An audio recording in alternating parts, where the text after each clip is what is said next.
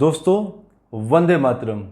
जब हम मेदिनी ज्योतिष एंड व्यक्तिगत तौर पर जब योगी आदित्यनाथ जी की कुंडली जब हम दोनों को साथ में विश्लेषण करते हैं और जब ये डीकोड होता है तो ये इंडिकेशन दिखाई देते हैं कि प्रधानमंत्री श्री नरेंद्र मोदी जी के बाद श्री योगी आदित्यनाथ जी ही नेक्स्ट प्राइम मिनिस्टर बनेंगे। ये एस्ट्रोलॉजिकली कैसे प्रूव होगा ये मैं आप लोगों को प्रॉपर एनालिसिस करके बताऊंगा, लेकिन क्वेश्चन आता है कि योगी आदित्यनाथ जी ही क्यों, बाकी और कोई नहीं। क्योंकि अगर हम बीजेपी की बात करें तो बहुत अच्छे अच्छे आज भी राजनीतिज्ञ स्ट्रॉन्ग लीडरशिप के साथ बैठे हुए हैं जिन्होंने पार्टी के लिए और देश के लिए अपना बहुत बड़ा योगदान दिया है। दोस्तों, ये स्टडी मैं अभी से नहीं कर रहा हूँ, काफ़ी महीनों से मेरी स्टडी चल रही है इसके ऊपर कि अगला प्रधानमंत्री कौन होगा। तो इसमें बहुत समय लगा है हमें विश्लेषण करने के लिए, जिसमें मेदिनी ज्योतिष का विशेष ख्याल रखा गया है विश्लेषण करने के लिए, जिसमें मैंने 8 कुंडलियों के ऊपर विश्लेषण किया था भारतीय जनता पार्टी के जो प्राइम मिनिस्टरशिप के लिए कैंडिडेट थे। लेकिन मैं अभी बाकी लोगों का नाम नहीं लेना चाहता क्योंकि मैं कहीं ना कहीं एक कॉन्क्लूजन पे पहुंच चुका हूं। सो मैं ये प्रूव करूंगा। इससे पहले हम थोड़ा सा योगी आदित्यनाथ जी की कुंडली पर छोटा सा एक विश्लेषण मैं करना चाहूँगा कि वही क्यों और कोई क्यों नहीं। मैंने इससे पहले एक वीडियो दिया था जो कि 2 दिन पहले ही लॉन्च हुआ है। आप वो वीडियो भी इस वीडियो के डिस्क्रिप्शन बॉक्स में ज़रूर देखिएगा, जिसमें मैंने प्रधानमंत्री मोदी जी की कुछ विशेषताएं बताई हैं कि एक ऐसी लीडरशिप जो बेंचमार्क बन चुकी है, उस लीडरशिप के साथ कौन मैच करता है। सो कहीं ना कहीं वो जो सर्वगुण संपन्न अगर जो बात आती है तो योगी जी की ही आती है, क्योंकि योगी जी का सिंह लगन लियो असेंडेंट जो कि हमारे भारत को 137 करोड़ लोगों को एक ऐसा लगन, ऐसा प्लैनेटरी पोजीशन वाला प्रधानमंत्री जो स्थिर हो, जिसमें ठहराव हो और एक स्ट्रॉन्ग पर्सनैलिटी, निडर, साहसी और अपने पराये में भेद ना रखने वाला। तो जब ऐसी कुंडलियों का विश्लेषण किया जाता है तो योगी जी की ही कुंडली आती है। और अगर हम मोदी जी के गुणों की भी जब बात करते हैं, एज ए लीडरशिप जो मोदी जी ने पूरे देश का नाम रोशन किया है एंड पूरी दुनिया में एक लीडरशिप, एक बेंचमार्क किया है एज ए ग्लोबल लीडर, तो वो नेक्स्ट नाम निकल के आता है योगी जी का। क्योंकि योगी जी की कुंडली में एक बहुत ही खास बात है। मैंने एक योगी जी के ऊपर एक अलग से वीडियो दिया था 24 मिनट का, अब उसमें विश्लेषण किए थे मैंने डिटेल में, वो जरूर देखिएगा। वो भी इस डिस्क्रिप्शन बॉक्स में दिया गया है, जिसमें कि केतु और गुरु का नक्षत्रों का राशि परिवर्तन जो कि रेयर योग होता है, जो क्या इशारा करता है कि ऐसे लोग, उनका जो जन्म है ये प्रकृति द्वारा निर्धारित किया गया है, वो भी किस समय में, जब शनि मकर और कुंभों में ट्रांजिट करने जा रहे हैं। और खप्पर योग 15 नवंबर 2020 से शुरू होने वाला है। रोहिणी नक्षत्र में राहु वृष राशि के 27 जनवरी 2021 को भ्रमण करने वाले हैं। ये किस तरफ इशारा करते हैं, इसके लिए मैं बहुत सारे वीडियोस ऑलरेडी दे चुका हूं जो हमारी प्लेलिस्ट में दिए हुए हैं कि ये एक विनाश की तरफ इशारा करते हैं, जिसमें कि बहुत सारी परेशानियां, विश्वव्यापी परेशानियां। रही बात योगी जी के एक्सपीरियंस की, या बहुत सारे गुण आप लोगों के क्वेश्चन भी आएंगे कि जो ठहराव, जो संयम जो मोदी जी में है वो अभी योगी जी में उतना नहीं है। दोस्तों, हमें ये भी मानना पड़ेगा कि योगी जी अभी आयु में बहुत छोटे हैं और वो जो संयम है उसमें अभी 3 to 4 ईयर्स, 3 से 4 साल अभी लगेंगे और उनका कम्युनिकेशन ऑलरेडी बहुत अच्छा है, और उसमें कम्युनिकेशन में संयम, जो ठहराव, क्योंकि हम कोशिश क्या कर रहे हैं यहाँ पर, हम बेंचमार्क करवा रहे हैं मोदी जी की लीडरशिप के साथ।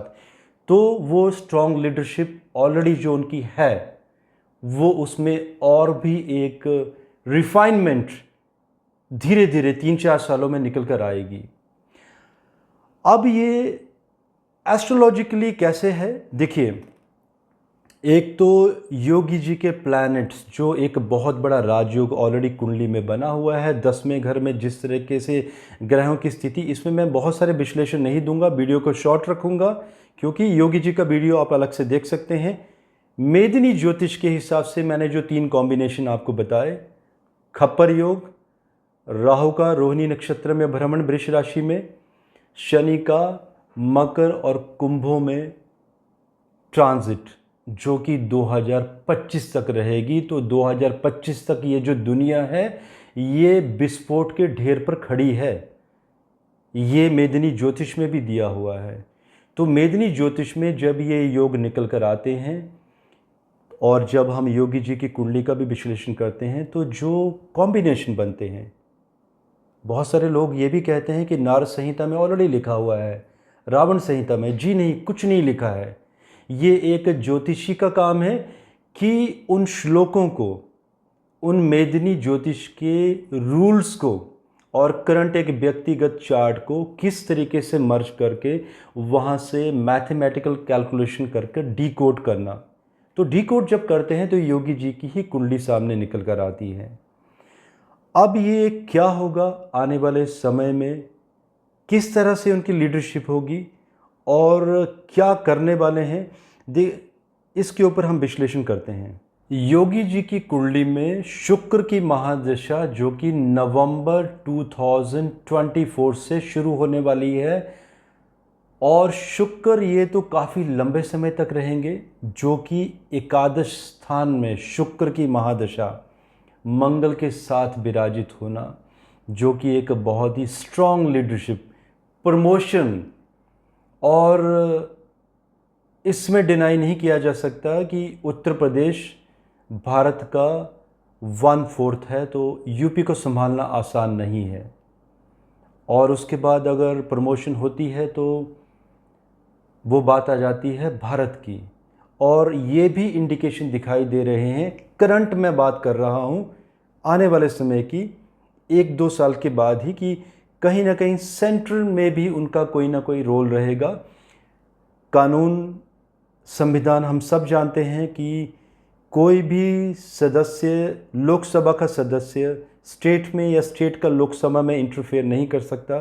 देखिए, मैं दूरदृष्टि नहीं है मेरे पास, लेकिन इशारा करती है उनकी कुंडली कि अगर वो यूपी में चीफ मिनिस्टर भी रहेंगे, तभी भी आने वाले 1 साल या 6 मंथ के बाद ही होम मिनिस्ट्री या इस तरह का कोई सेंटर के रोल में भी कोई बहुत बड़ा उनका रोल प्ले होगा।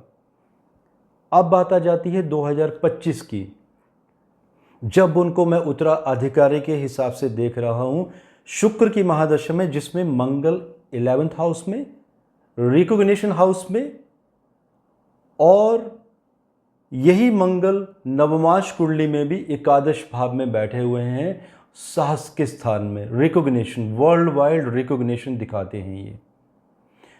और रही बात भारत की, तो आने वाले समय में हमें प्रधानमंत्री जब चुनना होगा, तो जब हम बार बार बात करते हैं विश्व गुरु बनने की, तो विश्व गुरु कैसे बनेंगे? क्या भारत में बहुत बड़ा इंफ्रास्ट्रक्चर खड़ा कर दिया जाएगा तो क्या हम विश्व गुरु बनेंगे? जी नहीं, वो तो हो ही जाएगा, लेकिन विश्व गुरु तब बनेंगे जब हमारी वैदिक सभ्यता, जो हमारी आने वाले समय में जो लीडरशिप होगी, I am talking about Yogi Adityanath ji, जब उस वैदिक सभ्यता का इंट्रोडक्शन और जो उसका एक ठहराव है उस सभ्यता का, और एक क्षमाशील जो सनातन में जो निकल के आती हैं तथ्य, उसको पूरी दुनिया के साथ इंट्रोड्यूस करवाना। तो कहीं ना कहीं सनातन का उदय, जो कि राम मंदिर का जिस दिनों में इनॉग्रेशन हुआ था 5 अगस्त 2020 को शुरू हो चुका है, और उसको आगे ले जाना योगी आदित्यनाथ जी का इसमें एक बहुत बड़ा रोल प्ले होने वाला है। और सनातन के बारे में सब जानते हैं कि कुछ ऐसे जो सिद्धांत हैं सनातन के, जिसमें कि क्षमा और साथ में संयम, कोई एग्रेशन नहीं, और जिसमें कि शत्रुओं को भी क्षमा भाव वहाँ पर दिखाई देता है। दोस्तों, योगी आदित्यनाथ जी की कुंडली बहुत ही एक स्ट्रॉन्ग लीडरशिप दिखाती है और सख्त शासन, ये मैं बार बार रिपीट कर चुका हूँ, जो कि अपने पराये में भेद नहीं करेगी। और रही बात उनकी लीडरशिप की, इसमें कोई संशय नहीं है कि उनकी लीडरशिप में देश बहुत ज़्यादा तरक्की करने वाला है, क्योंकि मेदिनी ज्योतिष में मकर कुंभों में जो परेशानी अभी आएगी तो उनका एक बहुत बड़ा रोल प्ले होगा अभी 2025 तक। उसके बाद जब शनि मेष राशि और वृष राशि में जब जाएंगे, जब विकास की बात होगी, तब भी उनका एक बहुत बड़ा योगदान, और आगे जुपिटर की भी पोजीशनिंग चेंज होने वाली है इन्हीं राशियों के ऊपर। सो दोस्तों, इसी के साथ मुझे आप आज्ञा दीजिए। और अगर आप चाहते हैं कि योगी आदित्यनाथ जी की कुंडली के ऊपर बहुत ही डिटेल एनालिसिस करने होंगे तो आप ज़रूर कमेंट कीजिएगा, लेकिन मैं इसके ऊपर कम से कम 3 घंटे का वीडियो बनाऊंगा और मैं बहुत सारे तथ्य दूंगा और आप लोगों को वो तथ्य सुनने भी होंगे। सो आप उस पर कमेंट कर सकते हैं एंड इस बारे में मैं ज़रूर विचार करूँगा। तब तक शुक्रिया, धन्यवाद, वंदे मातरम।